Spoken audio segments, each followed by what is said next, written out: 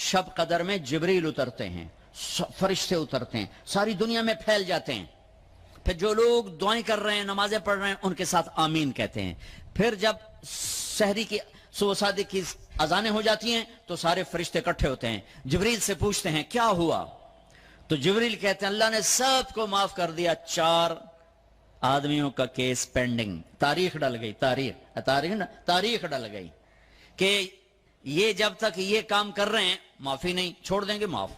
یہ کون ہے؟ کم مدمن خمرن، شراب پینے والا، اس کی معافی نہیں ہوتی شب قدر میں.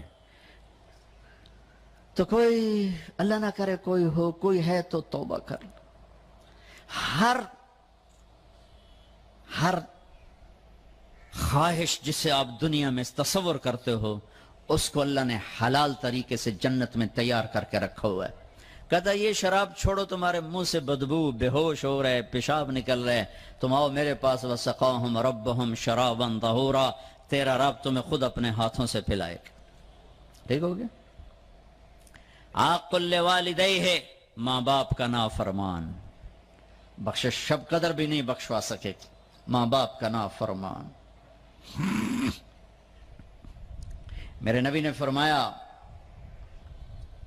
جب لوگ جنت میں جائیں گے نا تو اویس کرنی بھی جا رہے ہوں گے.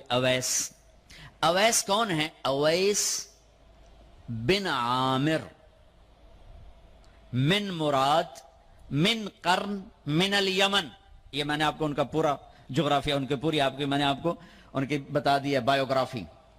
اویس نام ہے، عامر کے بیٹے ہیں، مراد قبیلہ ہے، قرن اس کی شاخ ہے، اور یمن ان کی رہائش ہے. میں ان کی بستی گیا 3 سال پہلے جہاں وہ پیدا ہوئے، اویس کرنی جہاں پیدا ہوئے، میں وہاں گیا تھا.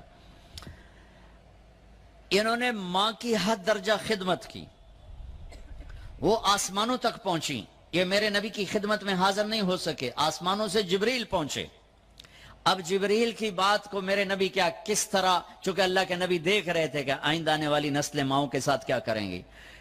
ہے یا رسول اللہ قیامت کب آئے گی؟ ایک سائل سوال کرتا ہے. آپ نے کہا اللہ کو پتہ کب آئے گی. کہا جی کوئی نشانی تو بتا دیں کہ جب ماؤں کو ذلیل کریں گی اولادیں تو قیامت آ جائے گی.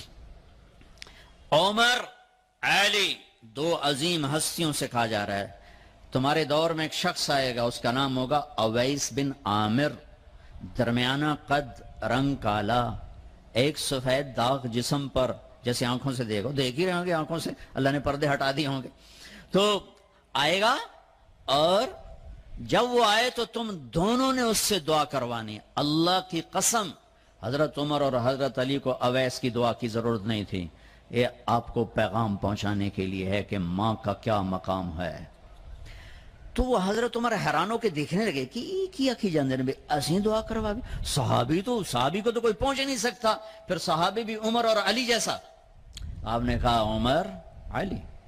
اویس نے ماں کی خدمت کر کے اللہ کو اس طرح خوش کر دیا ہے، جب وہ ہاتھ اٹھاتا ہے اللہ کبھی خالی نہیں لوٹاتا. حضرت عمر ہر سال حج میں جاتے، 10 سال خلیفہ، 10 سال حج کی. کوئی اویس پتہ نہیں چلتا. ایک دن سارے حاجی لائن حاضر کر لیے، تھوڑے سے تو آتے تھے. بھائی کھڑے ہو جاؤ، ہاں بھائی سب بیٹھ جاؤ. یمن والے کھڑے رہو، اور تھوڑے ہو گئے. ہاں بھائی یمن والے سارے بیٹھ جاؤ، صرف مراد قبیلہ کھڑا رہے، پھر بالکل تھوڑے ہو گئے. ہاں بھائی مراد والے سارے بیٹھ جاؤ، صرف مراد کی سب کاسٹ، شاخ، قرن. تو ایک آدمی بچا. کہا تم قرنی ہو؟ کہا جی. اویس کو جانتے ہو؟ کہا جی جانتا ہوں، میرے بھائی کا بیٹا ہے، بھتیجا سگا، لیکن وہ تھوڑا ہلے ہویا ہے. تجھ کیوں پوچھ دے ہو؟ اب تمہیں فرمایا میں تو ہلے ہویا لگتا پہ ہیں. کدھر ہے؟ کہا جی آیا ہوا ہے. کہاں گیا ہے؟ کہا جی وہ ادھر گیا ہے عرفات اونٹ چرانے. آپ نے حضرت علی کو ساتھ لیا اور عرفات کی دوڑ لگا دی. وہاں پہنچے تو دیکھا اویس کرنی درخت کے نیچے نماز پڑھ رہے اور اونٹ چاروں طرف چر رہے. یہ آ کے بیٹھ گئے. انہوں نے محسوس کیا 2 آدمی آگے تو نماز مختصر کر دی، سلام پھیرا. حضرت عمر نے پوچھا کون ہو بھائی؟ کہا جی میں مزدور ہوں. اور کون؟ اسے نہیں خبر یہ کون ہے. تیرا نام کیا ہے؟ کہا میرا نام اللہ کا بندہ. حضرت عمر کہنے لگے سارے ہی اللہ کے بندے، تیری ماں نے تیرا نام کیا رکھا ہے؟ کہا بابا تو کون ہے میرا انٹرویو کرنے والا؟ ان کو عجیب سا لگا نا. تو حضرت علی نے کہا اویس یہ امیر المومنین ہے عمر بن خطاب اور میں ہوں علی بن ابی طالب. پھر تو اویس کانپنے لگے. کہا جی میں معافی چاہتا ہوں, بہت معافی چاہتا ہوں, میں تو آپ کو پہچانتا نہیں تھا, میں تو پہلی دفعہ آیا ہوں. حضرت عمر نے فرمایا تو یا نا اویس کا؟ جی میں اویس ہوں. کہا ہاتھ اٹھا ہمارے لیے دعا کر. وہ رونے لگے. کہ میں دعا کروں؟ تسی سردار, میں نوکر توڑا, میں دعا کروں؟ کہاں, اللہ کے نبی نے فرمایا تھا عمر اور علی جیسی ہستیوں کے لیے اویس کے ہاتھ اٹھوائے گئے. پیچھے جہاد نہیں ہے, تبلیغ نہیں ہے, تصوف نہیں ہے, پیچھے ماں کی خدمت ہے. اب وہ حدیث سناتا ہوں جو پہلے سنا رہا تھا. آپ نے فرمایا لوگ جائیں گے جنت کی طرف, اویس بھی چلیں گے. جب جنت کے دروازے پر پہنچیں گے تو اللہ تعالیٰ فرمائیں گے باقیوں کو جانا دو, اویس کو روک لو. تو اویس پریشان, اے اللہ یہ میں نے بو احتیاط کیوں روک لیا, یہ کیا ہوا؟ اللہ تعالیٰ فرمائیں گے یہ پیچھے دیکھو. پیچھے دیکھیں گے تو جہنمی کھڑے ہوں گے کروڑوں اربوں کی تعداد. تو میرا اللہ فرمائے گا اویس تیری ایک نیکی نے مجھے بڑا خوش کیا ہے, ماں کی خدمت. تو انگلی کا اشارہ کر, جدھر جدھر تیری انگلی پھرتی جائے گی نا سب کو تیری طفیل جنت میں ڈال دوں گا. ہوئے ہوئے ہوئے ہوئے.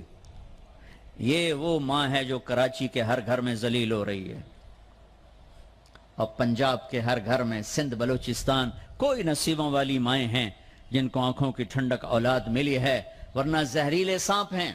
ابھی میں رائے گنج میں تھا تو ایک خاتون کا خط آیا اسلام آباد سے. لگتا تھا اس نے آنسوں سے لکھا تھا خط کہ مجھے میرے بیٹوں سے بچاؤ, مجھے میرے بیٹوں سے بچاؤ, یہ تباہ ہو جائیں, یہ غارت ہو جائیں. ماں یہ کہہ رہی ہو تو کہاں تک انہوں نے ماں کو پہنچا دیا؟ ماں کا نافرمان, شراب پینے والا ماں کا نافرمان. بھائی کوئی ہے توبہ کر لے, ماں باپ دونوں, والدین دونوں. تیسرا رشتہ داروں سے لڑنے والا, بہنوں سے لڑا ہوا, بھائیوں سے لڑا ہوا, چاچوں سے لڑا ہوا, ماموں سے لڑا ہوا, بیوی سے لڑا ہوا, بیوی خامن سے لڑی ہوئی. جہاں رشتوں میں لڑائی ڈالنے والا ہے, جو عورت ہے یا مرد ہے, رشتوں میں لڑائی ڈالنے والا پینڈنگ ہو جائے گا, نہیں معاف ہوگا. کہ تو میرے بندوں کو معاف نہیں کرتا, مجھ سے معافی مانگتا. بھائی مانگ لیں, معاف کر دیں, سینے سے لگا لیں, درگزر کریں. میرے اللہ کو آپس کی نفرت. دیکھو چوری ڈاکہ بڑے گناہ ہیں اور معاشرے میں انتہائی ذلیل سمجھے جاتے ہیں. اس سے زیادہ اللہ کی نظر میں انسان گرتا ہے جب اپنے دل میں بغض پالتا اور نفرت پالتا. کسی کو حقیر جاننا, کسی کو تانے دینا, کسی کو بولیاں مارنا. اس لیے میں گزارش کرتا ہوں آپس کے بغض ختم کرو, خاص طور پر خونی رشتوں کے بغض ختم کر کے گلے لگو, معاف. خامند اور بیوی, ان کی آپس کی لڑائی سارے خاندان کو تباہ کر دیتی, اور ہمارا سارا اس وقت خاندانی نظام ٹوٹا ہوا ہے, غصے بڑھے ہوئے ہیں, ہماری غذائیں گندی ہیں, غذا کا اثر پڑتا ہے, سموسے, پکوڑے, فاسٹ فوڈ. دیکھو ہم, میں نے سانس لیا پھر باہر نکالا, میں نے اندر کس کو لیا؟ آکسیجن. باہر کسے نکالا؟ کاربن ڈائی آکسائڈ. جب کاربن ڈائی آکسائڈ نہ نکلے تو آدمی مر جاتا ہے. کاربن ڈائی آکسائڈ رک جائے تو آدمی مر جاتا ہے. یہ جتنے کولڈ ڈرنکس ہیں سب میں کاربن ڈائی آکسائڈ ہے جو آپ خود اپنے اندر لے جا رہے ہیں.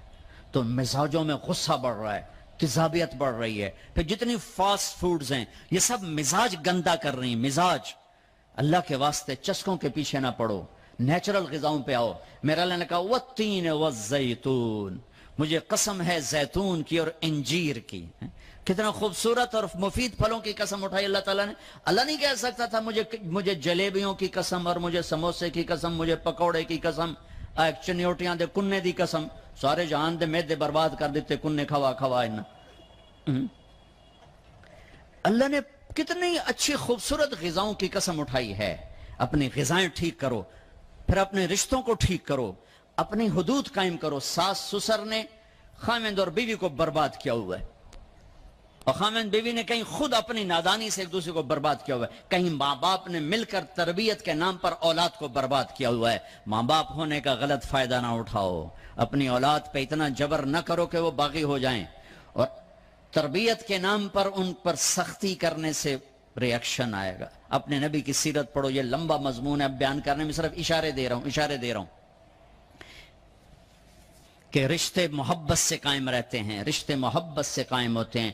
اللہ کا فضل ہے، میں نے اللہ کے نبی کی زندگی کو پڑھا ہے، شوق سے پڑھا ہے، آپ کے گھر کو پڑھا ہے، آپ کے گھرانے کو پڑھا ہے، اہل البیت کو پڑھا ہے، لیکن میرا دعویٰ نہیں کہ میں نے سب کچھ پڑھا ہے سب کچھ نہیں۔ جتنا میں نے پڑھا ہے کسی ایک جگہ میں نے نہیں دیکھا میرے نبی نے حسن حسین کو ڈانٹا ہو، یا ان کو بٹھا کے نصیحت، بچوں یہ نہیں کرنا، یہ کرنا ہے، یہ نہیں کرنا، یہ کرنا ہے۔ پیار دیا، پیار دیا، پیار دیا۔